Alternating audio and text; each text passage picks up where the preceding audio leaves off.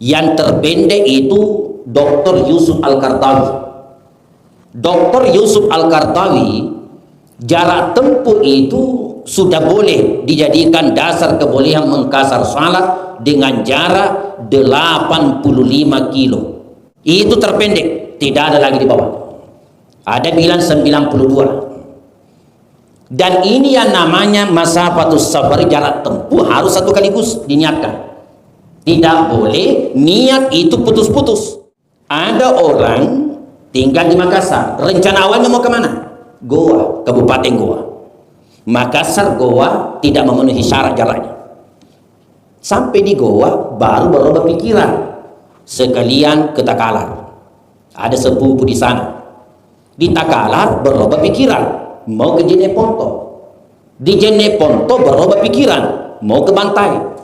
Ini biar keliling dunia tidak berlaku hukum keringanan kepadanya, tidak memenuhi syarat, karena niat awalnya tidak memenuhi syarat.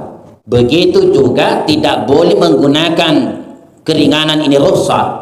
Orang yang tidak jelas mau kemana, tujuannya tidak jelas, mau kemana, sambil kasih masuk bajunya di tas satu-satu. Mau kemana? Nanti dilihat kemana kaki melangkah, tahu busa. Hingga di Makassar, mau kemana dia? Oh, dia misalnya mau ke Bone. Apa rencananya mau ke Bone? Mau apa di sana? Itu dulu yang pernah pinjam uangku. Memang pokoknya sudah dibayar, tapi bunganya belum. Oh, ini orang mau pergi menagih harta riba ini. Rentenir. Jadi tujuannya dari Makassar ke Bone untuk menagih harta riba, maka tidak berlaku hukum rukhsah kepadanya. Jadi dalam kondisi kesusahan, berat perjalanan, Imam Syafi'i sama fatwanya Imam Malik, matluban tuntutan. Tetapi dalam kondisi normal, tidak berat, tidak susah perjalanan, itu ikhtiar, pilihan. Silakan kalau dia ingin mengkasar menjamak salatnya, dan silakan kalau dia ingin singgah-singgah. Kan biasa supir mobil itu rajin kasih singgah orang, walaupun dirinya sendiri kadang juga tidak masuk masjid. Lepaki mah berjamaah, lepaki. Nah ini, kok ya dia cuma salah ini, itu masalah tuh. Assalamualaikum warahmatullahi wabarakatuh. Bismillahirrahmanirrahim. Alhamdulillahilladzi ja'ala as-salata imaduddin. Wassalatu wassalam ala asyrafil anbiya'i wal mursalin Sayyidina Muhammadin wa ala alihi wa sahbihi ajma'in, amma ba'du. Jamaah duhur yang dimuliakan dan dirahmati Allah Subhanahu wa ta'ala, alhamdulillah kita senantiasa bersyukur kepada Allah. Pada siang yang berberkah ini kita mendapatkan izin dari Allah hadir di masjid mubarakah ini menunaikan sholat jamaah duhur dan melanjutkan pengajian kita. Kesempatan yang berberkah ini, pembahasan yang kita akan perjelas kembali tentang pertama mengkasar salat, yang kedua menjamak salat, dan yang ketiga mengqadha salat. Sepintas kita akan bicarakan. Saya bilang sepintas karena sebenarnya ini tidak cukup hanya dalam satu pengajian. Ringkasnya begini. Pertama tentang mengkasar salat. Apa itu? Jadi kasrus salati huwa, yang dikatakan mengkasar salat adalah ihtisaru adadi rakaati salati rubaiyah min arba'i rakaatin ila isnatain. Yang dimaksudkan mengkasar salat adalah memendekkan jumlah rakaat salat yang 4 rakaat. Yang 4 rakaat itu diperpendek menjadi 2 rakaat. Jadi yang bisa dikasar duhur, asar, isya, hanya itu. Yang ar-rubaiyah yang 4 rakaat itu yang diperpendek menjadi 2 rakaat. Kenapa itu diberikan rukhsah, keringanan? Nah, siapa yang diberikan keringanan oleh Allah boleh untuk mengkasar salatnya. Hanya bisa dilakukan oleh orang yang musafir, orang yang menempuh suatu perjalanan. Di dalam surah An-Nisa ayat 101 Allah berfirman, wa iza darabtum fil ardi falaisa alaikum junahun an taksuru minas shalah. Dan apabila kalian melaksanakan suatu perjalanan di atas bumi, falaisa alaikum junahun an taksuru minas shalah, maka tiada dosa atas kalian anta kesuru minas salat, mengkasar itu salat. Jadi yang boleh untuk mengkasar salat adalah yang musafir sebagai bentuk rukhsah atau keringanan dari Allah Subhanahu wa taala. Jadi selain yang musafir tidak boleh mengkasar salatnya. Lalu yang kedua, syurutul kasri. Jadi syarat-syarat mengkasar salat. Apa yang menjadi syarat baru seseorang boleh untuk melakukan perbuatan mengkasar salat? Yang pertama adalah terpenuhi yang namanya masafatus safari, jarak tempuh. Jadi ada jarak tempuh. Jarak tempuh itu diterjemahkan dari hadis Rasulullah yang dikatakan masafatus safari, jarak tempuh. Kalau dalam hadis Nabi salah satu amyal, arti tekstualnya 3 mil. Oleh para sahabat termasuk para ulama menerjemahkan itu berbagai macam penjelasan. Yang terpendek itu Dr. Yusuf Al-Qardawi. Dr. Yusuf Al-Qardawi, jarak tempuh itu sudah boleh dijadikan dasar kebolehan mengkasar salat dengan jarak 85 kilo. 85 kilo. Ada juga yang jelaskan 80 kilo. Itu terpendek, tidak ada lagi di bawah. Ada bilang 92. Dan ini yang namanya masafatus safari, jarak tempuh harus satu kaligus diniatkan. Tidak boleh niat itu putus-putus. Misalnya ada orang tinggal di Makassar, rencana awalnya mau kemana? Goa, Kabupaten Goa.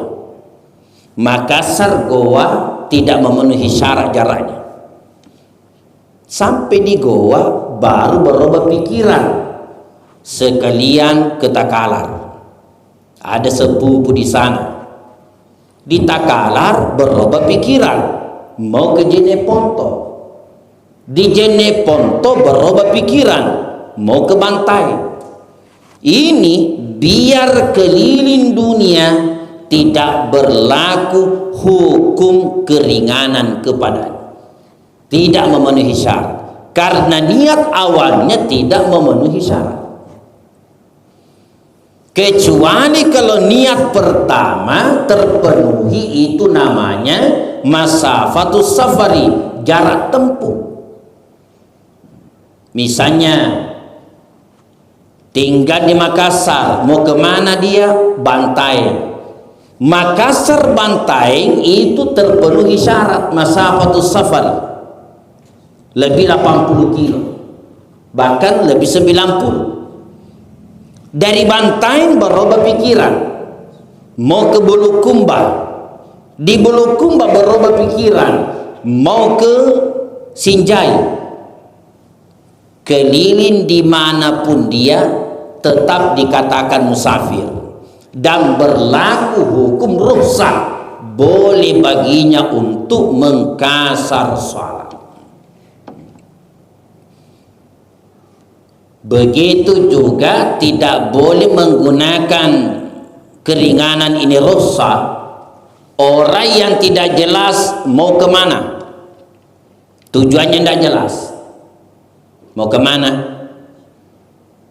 Sambil kasih masuk bajunya di tas satu-satu. Mau kemana? Nanti dilihat kemana kaki melangkah, atau busa. Tidak berlaku hukum keringan.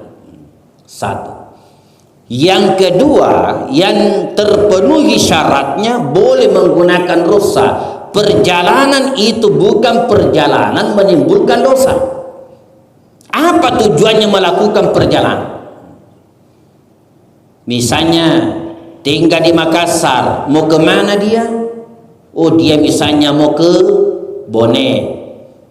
Apa rencananya mau ke Bone? Mau apa di sana? Itu dulu yang pernah pinjam uangku. Memang pokoknya sudah dibayar, tapi bunganya belum. Oh, ini orang mau pergi menagih harta riba ini. Rentenir. Jadi tujuannya dari Makassar ke Bone untuk menagih harta riba, maka tidak berlaku hukum rukhsah kepadanya, karena itu menimbulkan dosa. Yang ketiga, perjalanan itu bukan rutinitas yaumiyah, bukan pekerjaan setiap hari. Makanya tidak masuk di situ sopir mobil beserta ABK, nakoda apa dengan kernetnya, nakoda kapal beserta ABK dan semua yang sejenis. Tidak masuk, boleh mengkasar salatnya. Termasuk tidak boleh tidak puasa di perjalanan. Kan orang yang musafir boleh tidak berpuasa. Fa'iddatun min ayyamin ukhar. Nah, termasuk tidak boleh mengkasar. Kenapa tidak boleh? Karena pekerjaan itu pekerjaan setiap hari. Jamaah yang dimuliakan dan dirahmati Allah, itu antara lain syarat orang yang boleh untuk mengkasar salat. Itu hanya ada dalam perjalanan, dan itu harus berniat. Harus berniat. Bisa dia laksanakan tersendiri, tunggal salatnya, bisa juga nanti dipadukan dengan menjamak salat. Karena selamanya kalau mengkasar beriringan dengan menjamak, beriringan dengan menjamak. Harus berniat untuk mengkasar salat.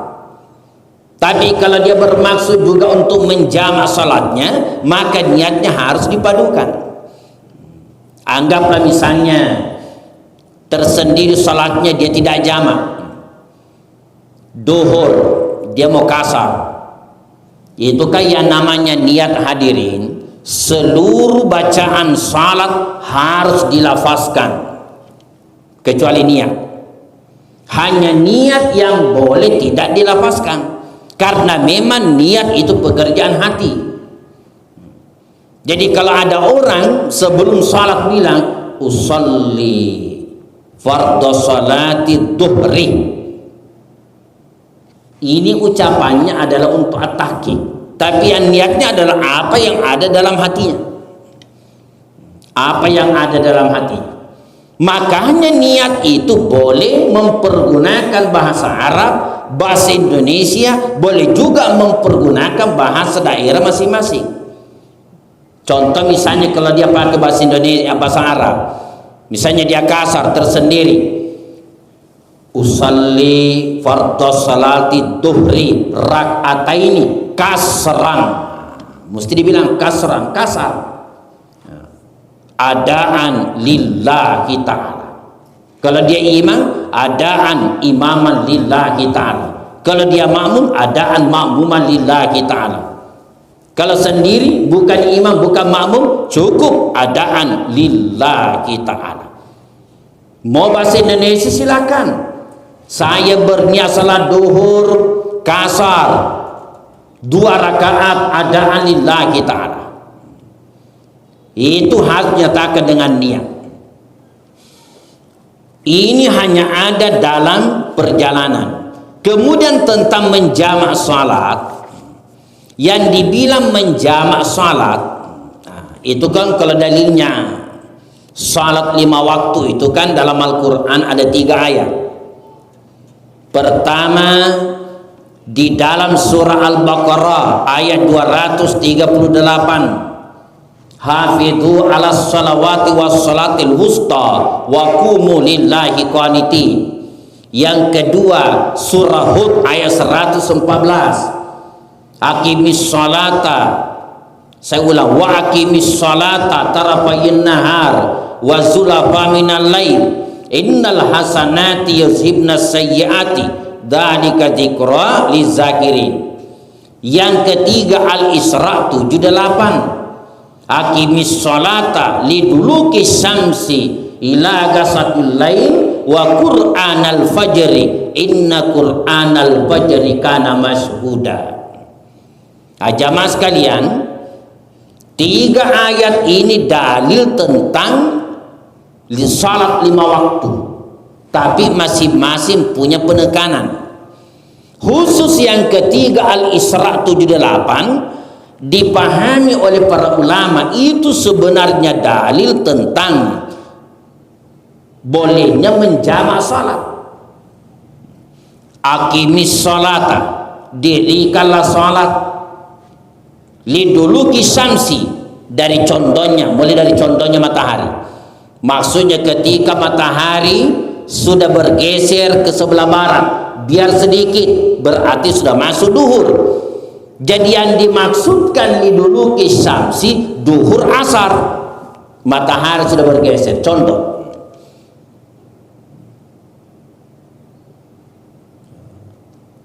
liduluki syamsi ila ghasaqil lail, sampai masuknya waktu malam.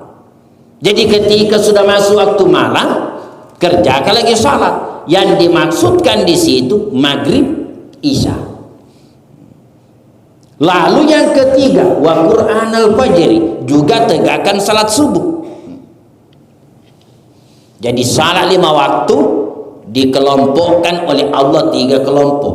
Ada kelompok duluki syamsi, ada kelompok gasakil lail, dan ada kelompok qur'anal fajri. Jadi apa artinya? Dalam situasi kondisi tertentu memang 5 salat itu waktunya masing-masing ada, makanya dinamai salat 5 waktu. Tapi kalau kondisi keadaan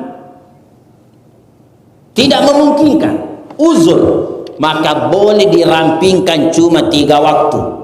Bisa kamu kerjakan salat 3 waktu, gabungkan 2 salat. Inilah menjamak salat, tapi gabungkan seperti yang Allah gabungkan. Sama-sama liduluki syamsi, sama-sama ghasaqil lail. Makanya yang boleh dijamak yang sejenis duhur asar, itu yang boleh dijamak. Maghrib isya, itu yang boleh dijamak. Tidak boleh dijamak antara asar dengan maghrib, karena tidak sejenis. Jadi yang boleh dijamak sama-sama duluki syamsi, sama-sama gasokil lail. Yang namanya menjamak salat itu mengumpulkan dua salat dalam satu waktu, bukan hanya ada dalam perjalanan, tapi juga kita tidak sedang musafir, ada di kampung, boleh untuk menjamak salat dengan alasan tertentu. Misalnya kalau menurut fikih Maliki, orang sakit itu, orang sakit dibolehkan untuk menjamak salatnya, tapi hanya boleh menjamak, tidak boleh mengkasar. Karena mengkasar tadi penjelasannya hanya ada dalam perjalanan. Orang yang dalam musafir, tidak musafir, sedang di kampung, boleh dia menjamak salatnya. Sakit, itu sakit, silakan dia menjamak salatnya.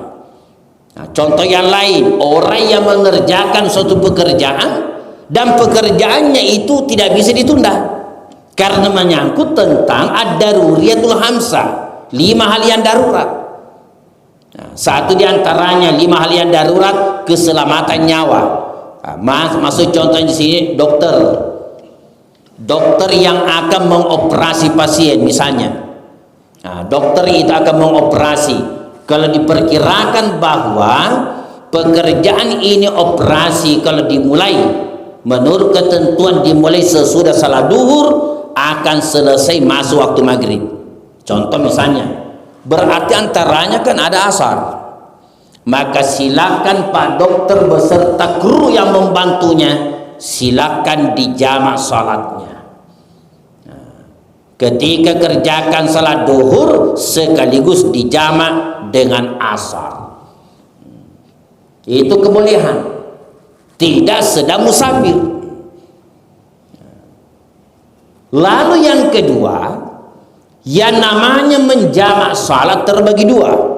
Ada namanya jamak takdim, ada namanya jamak takhir. Yang dikatakan jamak takdim namanya saja takdim, mendahulukan.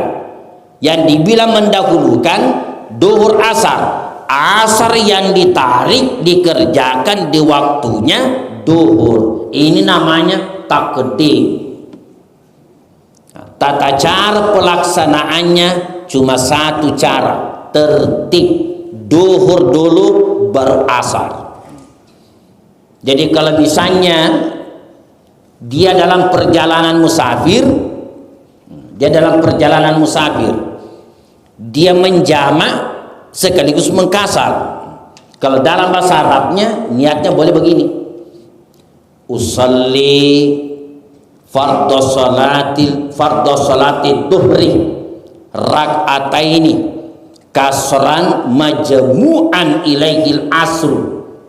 Itu mustaqbilal kiblati, biar tidak disebut adaan lillahi ta'ala kalau dia sendiri, adaan makmuman lillahi ta'ala kalau dia makmum, adaan imaman lillahi ta'ala kalau dia imam. Tapi kalau dia mau bahasa Indonesia silakan. Saya berniat salat duhur 2 rakaat kasar jamak dengan asar, ada lillahi ta'ala, selesai. Lama bicara lagi ya jimoto.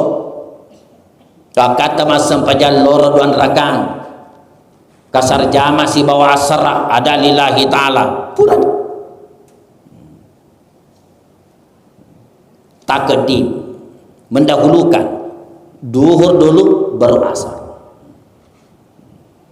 Tadi kita bilang kalau dia makmum atau imam, termasuk tadi tidak sempat saya sebutkan syaratnya orang yang mengkasar tidak boleh mengikut kepada yang mukim, yang sempurna. Jadi kalau kita mau mengkasar salat, jangan mengikut kepada orang yang salat sendirian. Tapi kalau misalnya masuk di masjid sebentar kita mengikut ke imam, ya silakan kita menjamak salat, boleh dijamak, tapi jangan niat kasar. Sempurnakan 4 rakaat, tapi niat memang akan melaksanakan jamak dengan asar. Begitu selesai imam memberi salam, silakan pindah tempat kalau memungkinkan. Tapi kalau tidak memungkinkan, ya silakan di tempatnya sendiri. Kalau misalnya masjid penuh sesak, langsung berdiri, ambil asar 2 rakaat. Nah, itu sudah bisa dikasar karena kita sudah sendiri, tidak mengikut kepada imam.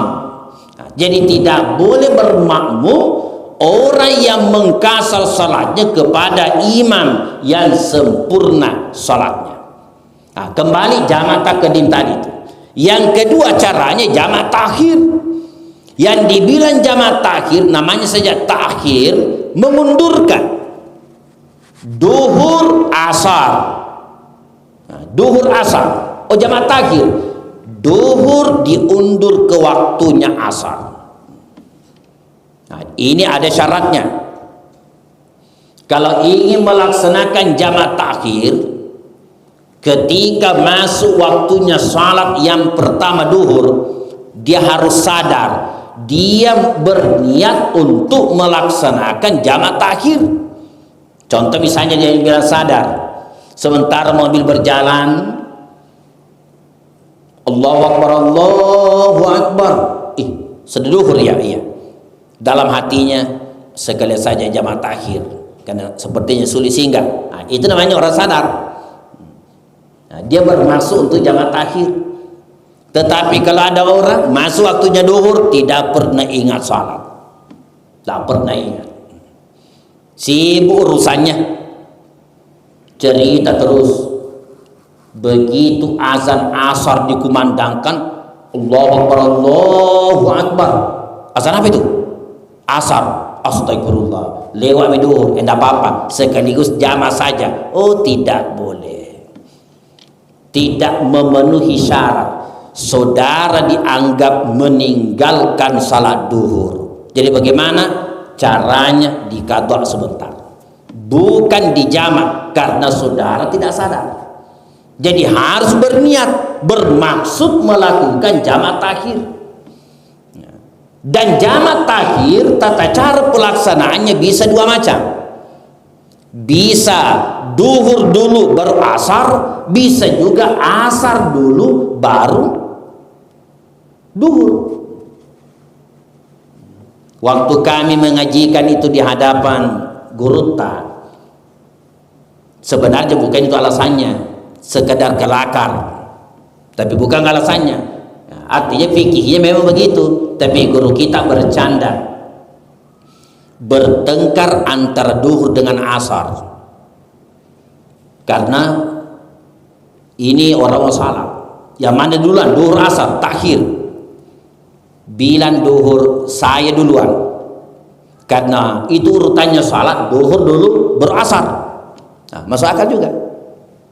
Bilang asar, cocok mi kamu duluan, tapi kamu kan pendatang. Ini bukan waktumu, ini waktuku, jadi harus saya duluan. Nah, makanya boleh juga duhur asar, alasan kelakar, tapi fikihnya memang begitu yang dicontohkan Nabi. Bahwa kalau jamak takhir boleh orang duhur dulu baru asar, asar dulu baru duhur. Nah, itu kalau misalnya jamak takhir yang akan dilaksanakan. Jamaah yang dimuliakan dan dirahmati Allah Subhanahu wa taala. Jadi itu tentang menjamak salat dan mengkasar salat. Kemudian berkaitan tentang mengqadha salat. Jadi tentang mengqadha salat, yang ada namanya mengqadha salat, mengganti salat ya. Jadi ada namanya qadha'us salat. Salat yang ditinggalkan harus diganti. Iza kharajal waktul mahdudi, saya ulang, iza kharajal waktul mahdudu lis salati duna ayyu'addi al mukallafi biha. Apabila waktu salat itu sudah keluar sebagaimana yang sudah dibatasi, sudah bukan lagi waktu penunaiannya oleh orang yang melaksanakan salat, maka itu bukan lagi adaan, tapi dianggap mengqadha. Itu mengqadha. Nabi pernah mengqadha salatnya. Jadi Rasulullah itu pernah mengqadha salatnya ketika terjadi perang Handak, terjadi perang lewat dikata waktu salatnya Nabi. Yang kedua, Nabi juga pernah mengqadha salat subuh, bahkan satu rombongan pasukan. Ini tentang dalilnya boleh mengqadha, mengganti salat. Jadi Nabi pulang dari perang bersama rombongan sahabat mau ke Madinah. Di perjalanan Nabi kemalaman. Bilang Rasulullah kepada Bilal, karena sudah diputuskan istirahat, bilang Nabi kepada Bilal, ya Bilal, ikla lana hadhihi laila, wakili kami pikir malam ini. Maksudnya kamu jangan tidur ya Bilal, jaga. Siap ya Rasulullah. Tidurlah Nabi termasuk sahabat yang lain. Bilal menjaga. Ini Bilal sebenarnya tidak bermaksud tidur, tapi lihat kudanya jongkok, perutnya rata dengan tanah. Jadi Bilal gunakan kesempatan, pergi sandar-sandar, lurus-luruskan kaki, lentur-lenturkan persendian. Namanya orang capek juga. Ternyata Bilal tertidur, dan nanti matahari terbit, sudah waktu duha. Yang paling duluan bangun Rasulullah. Langsung Nabi berteriak panggil Bilal, ya Bilal. Maksudnya itu, kenapa kamu tidur Bilal? Ini Bilal pintar menjawab, ya Rasulullah, mohon maaf, betapa aku tidak ingin tidur, tapi Allah tidurkan aku. Dan betapa engkau tidak mungkin tertidur, karena engkau Rasulullah, dijaga oleh Allah, tapi Allah sengaja tidurkan engkau. Jadi maksudnya bagaimana nih caranya, solusinya kalau begini? Bagaimana yang kita lakukan? Rasulullah suruh sahabat pergi ambil air wudhu, kemudian pinggirkan kuda-kuda, disterilkan tempat, dan Nabi melaksanakan salat subuh. Bahkan pada waktu itu kalau dalam hadis, Nabi perintahkan Bilal bin Rabah kumandangkan azan untuk salat subuh padahal sudah terbit matahari. Di situ dalam hadis dikatakan falamma qadas salata, maka tatkala Nabi setelah mengqadha salat, jadi mengganti, mengqadha. Singkatnya begini, yang namanya orang meninggalkan salat ada dua macam, karena lupa atau tertidur. Orang yang lupa tertidur, lupa ganti pada saat diingat, biar buka waktunya. Misalnya ada orang lupa salat isya, betul-betul lupa, nanti diingat besok jam 10 waktu duha, diingat, astagfirullah, lupa salat isya. Maka digunakan hadis fal yusalli indah zakariha, maka silakan salat ketika dia mengingatnya, qadha di situ. Yang ditinggalkan salat isya, ganti pada saat kamu ingat, silakan salat isya jam 10. Usalli fardhu salatil isya'i arba' raka'atin, biasanya kan adaan, ganti qadhaan lillahi ta'ala.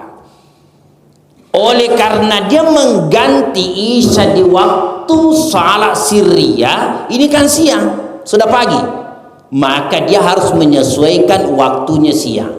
Maka suara disirrikan, bukan dibesarkan, karena dia masuk di wilayah sirriyah, walaupun yang ditinggalkan adalah salat jahriyah. Begitu pula sebaliknya, kalau ada orang lupa salat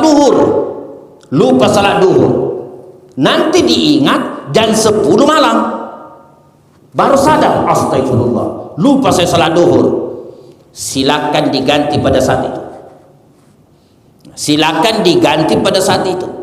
usalli fardhu salati dhuhri arba raka'atin mustaqbilal kiblati, kalau disebut qadaan lillahi ta'ala, membayar. Nah, itu namanya qada, bukan waktunya. Tetapi karena dia ganti salat duhur di waktu jahriyah, maka disunatkan baginya jaharkan suara. Nah, begitu penjelasannya dalam fikih. Bagaimana kalau suaranya dikecilkan semua? Tidak ada masalah juga. Karena menjaharkan dan mensirikan suara dalam salat bukan rukun, itu adalah sunnah, itu pun sunnah hay'ah. Lupa. Yang kedua karena ketiduran. Orang yang ketiduran kapan dia ganti salatnya? Pada waktu bangun. Salatun naim qiyamuhu. Salatnya orang yang ketiduran pada waktu bangunnya. Pada waktu bangunnya. Jadi pada saat bangun ya ganti. Dengan dia seperti tadi, qadaan lillahi ta'ala, mengqada. Bagaimana seandainya yang ditinggalkan jumlah banyak? Jadi yang tadi itu meninggalkan salat lupa atau ketiduran, fala isma alai, tiada dosa atasnya, cukup ganti itu salat. Tetapi ada orang meninggalkan salat itu adalah tarkus salati ta'ammudan, memang dia tinggalkan salat karena sengaja, tetap juga diwajibkan untuk mengqadha. Di samping diperintahkan juga untuk bertaubat, ma'at taubat, perbanyak istighfar, mohon ampun kepada Allah karena pernah meninggalkan salat dengan sengaja. Misalnya kalau ada orang pernah tinggalkan salat 1 tahun tidak pernah salat, pernah jadi preman 1 tahun, pokoknya 1 tahun murni tidak pernah salat. Setelah dia sadar, dia menyesal, dia mau qadha. Bagaimana itu? Silakan ganti sesuai waktunya. Anggaplah misalnya 1 tahun pernah tidak salat, 1 Januari 2026 selesai salat subuh, berdiri lagi, usalli fardhu salati subhi raka'ataini mustaqbilal kiblati qadaan lillahi ta'ala. Selesai salat duhur, berdiri lagi, usalli fardhu salati dhuhri arba raka'atin qadaan lillahi ta'ala. Selesai asar, berdiri lagi, usalli fardhu salatil asri arba raka'atin qadaan lillahi ta'ala. Bukankah sesudah subuh, sesudah duhur, sesudah subuh asar, bukankah itu dilarang orang salat? Betul. Tapi mengqadha salat tidak mengenal waktu terlarang, karena itu adalah hutang. Setiap hari dia kerjakan salat, setiap selesai salat, masuk 1 Januari 2027, berarti dia sudah mengqadha salatnya selama 1 tahun. Di samping diperintahkan untuk memperbanyak istighfar dan taubat kepada Allah. Bagaimana seandainya baru 6 bulan ternyata dia meninggal dunia? Allah Maha tahu dan Allah Maha pengampun.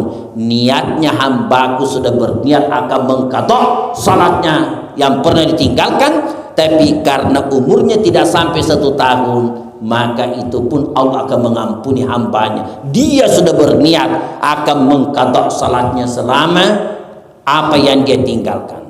Hadirin jamaah yang dimuliakan dan dirahmati Allah Subhanahu wa ta'ala, inilah penjelasan singkat berkaitan tentang mengkasar salat, menjamak salat, kemudian mengqadha salat yang tertinggal. Ada pertanyaan? Silakan. Tapi Ustaz, yang mana lebih afdal itu atau yang sebaiknya dilakukan? Contoh perjalanan ke Bone, yang mana sebaiknya dilakukan? Apakah singgah di tiap waktu, semuanya berangkat pagi, sehingga satu masjid waktu salat duhur, kemudian waktu asar singgah lagi salat asar, daripada sekaligus dikerjakan, itu tadi jamaah kasar. Iya. Namanya.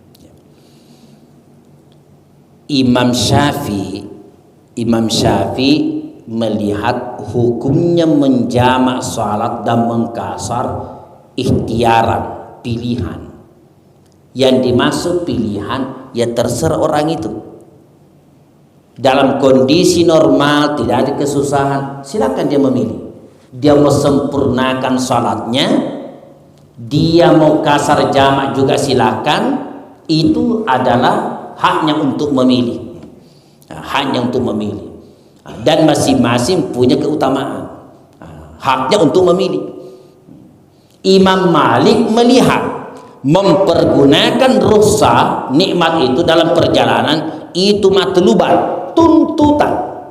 Maksudnya sedapat mungkin orang yang melaksanakan ibadah salat itu kalau dalam perjalanan dia jamak dan kasar salatnya, alasannya itu kan hadiah dari Allah, keringanan.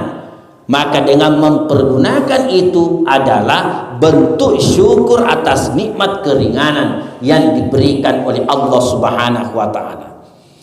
Kalau Imam Syafi'i mengatakan itu ikhtiaran, pilihan, juga beralasan. Contoh masalah puasa.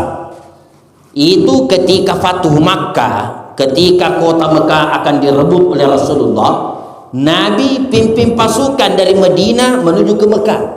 Antara Mekah dengan Madinah itu adalah kurang lebih 450 kilo. 450 kilo. Itu terjadi di bulan Ramadan.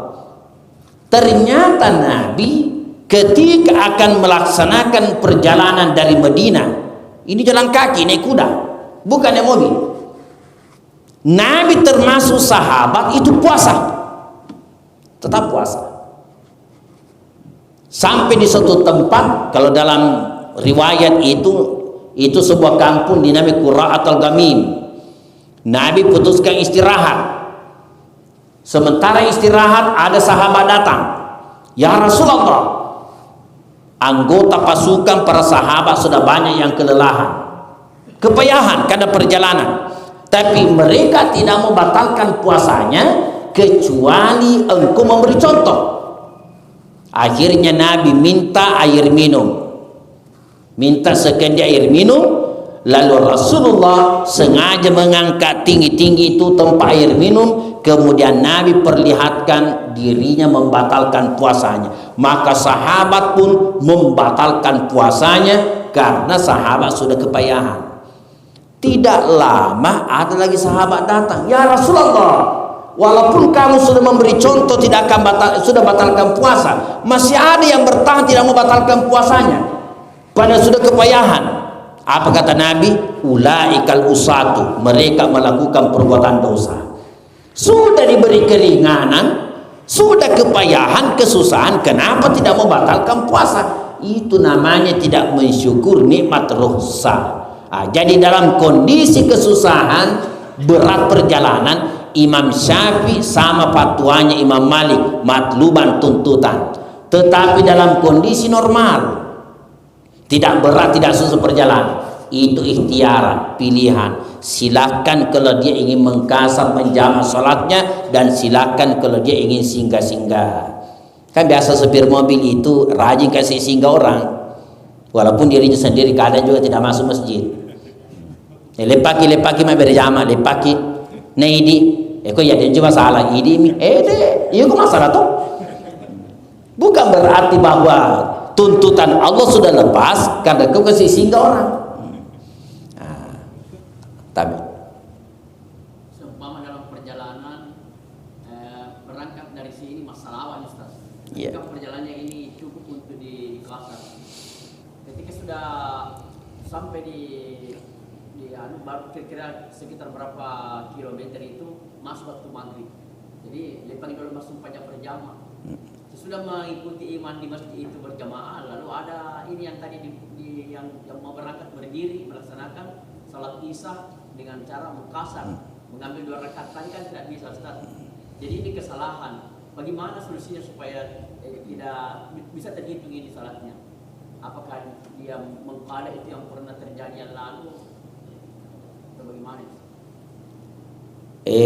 yang namanya belum saya singgung tadi, pertama dulu yang namanya kebolehan mengkasar menjamak salat apa mengkasar salat nanti dibolehkan kalau orang sudah sah sebagai musafir, termasuk menjamak, kecuali tadi kalau alasan tertentu. Selama di rumah belum boleh, belum boleh kita menjamak salat mengkasar salat selama belum tinggalkan rumah. Tapi kalau kita sudah tinggalkan rumah, ada yang bilang perbatasan kampung ini berbeda-beda pendapat para fuqaha. Ada yang bilang sudah lewati pagar rumahnya, ada juga bilang sudah lewati kampungnya. Makanya kalau bicara kampung ya lihat kampung terkecil, kampung terkecil ya RT RW. Jadi kalau misalnya ditinggal RW 2, lalu ada masjid RW 3, dia mau singgah di situ, ya silakan. Tapi kalau sudah di situ menjamak mengkasar, jangan coba-coba kembali. Engkau lupai. Saya lupa, berarti itu batal karena sudah berstatus musafir. Kenapa kembali? Yang dimaksudkan tadi dia ada yang ikut bermakmum. Dia makmum dulu dengan imam, berdiri kasar. Padahal tadi sudah dijelaskan kekeliruan itu salah. Dia ikut sama imam di situ. Maksudnya kalau mau kasar jangan ikut. Iya. Oh, dia mengkasar salatnya ya. Tiba-tiba ada yang datang. Ada yang datang, dia bermakmum mengikut kepada dirinya. Nah begini Ustaz, ini kan dia mau kasar ini yang isya. Iya. Ya, terus dia kan ikut sama yang Maghrib. salat maghrib ini dia berjamaah. Dia sudah berjamaah maghrib. Nah, selesai orang salat dia mundur, langsung dia kasar dia isya 2 rakaat. Ini yang dalam perjalanan ini. Itu maksudnya. Sudah singgah di masjid, masuk waktu maghrib, singgah di masjid. Ini yang mau kasar salat ini ikuti dulu sama imam di masjid. Salat maghrib. Maghrib. Ikut dulu. Sudah begitu dia kasar salat ini yang bisa 2 rakaat ini. Sebenarnya sudah benar. Maghrib itu tidak boleh dikasar. Jadi sempurna memang. Jadi ketika dia salat maghrib, dia hanya berniat untuk jamak dengan isya. Istilahnya kan dia musafir mengikut kepada penduduk asli yang sempurna. Silakan ikut karena memang salatnya sama-sama tidak mengkasar. Sama-sama tidak mengkasar. Tapi dia menghadirkan niatnya untuk menjamak.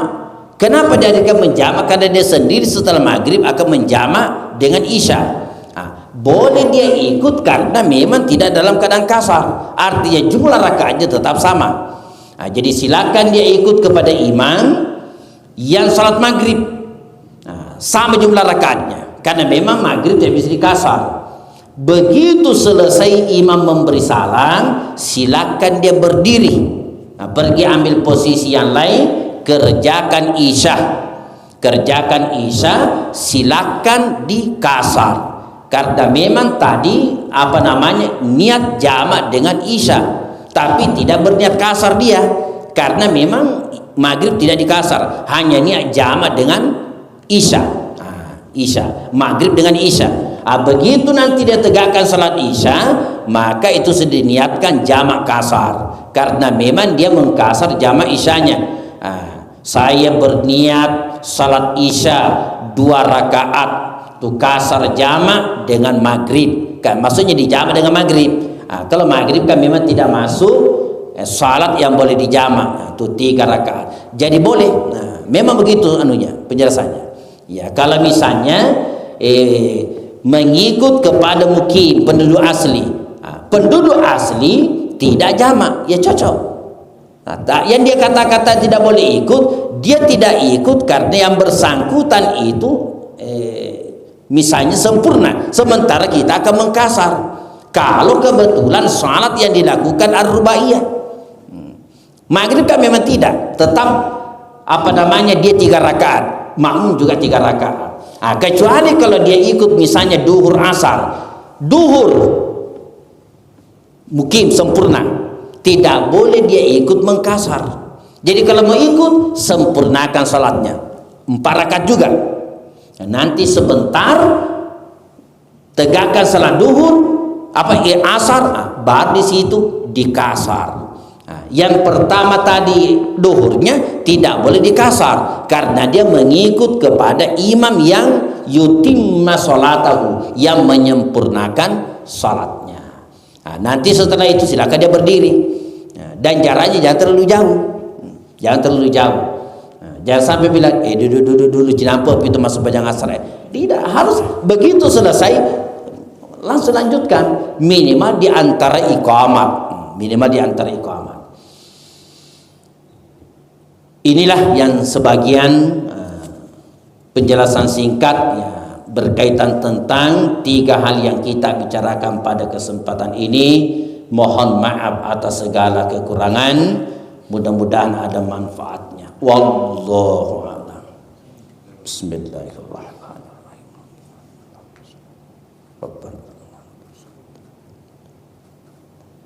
Allahumma inna nasta'udzubika min Rabbana atina fid dunya sallallahu alaihi wasallam. Al-Fatihah.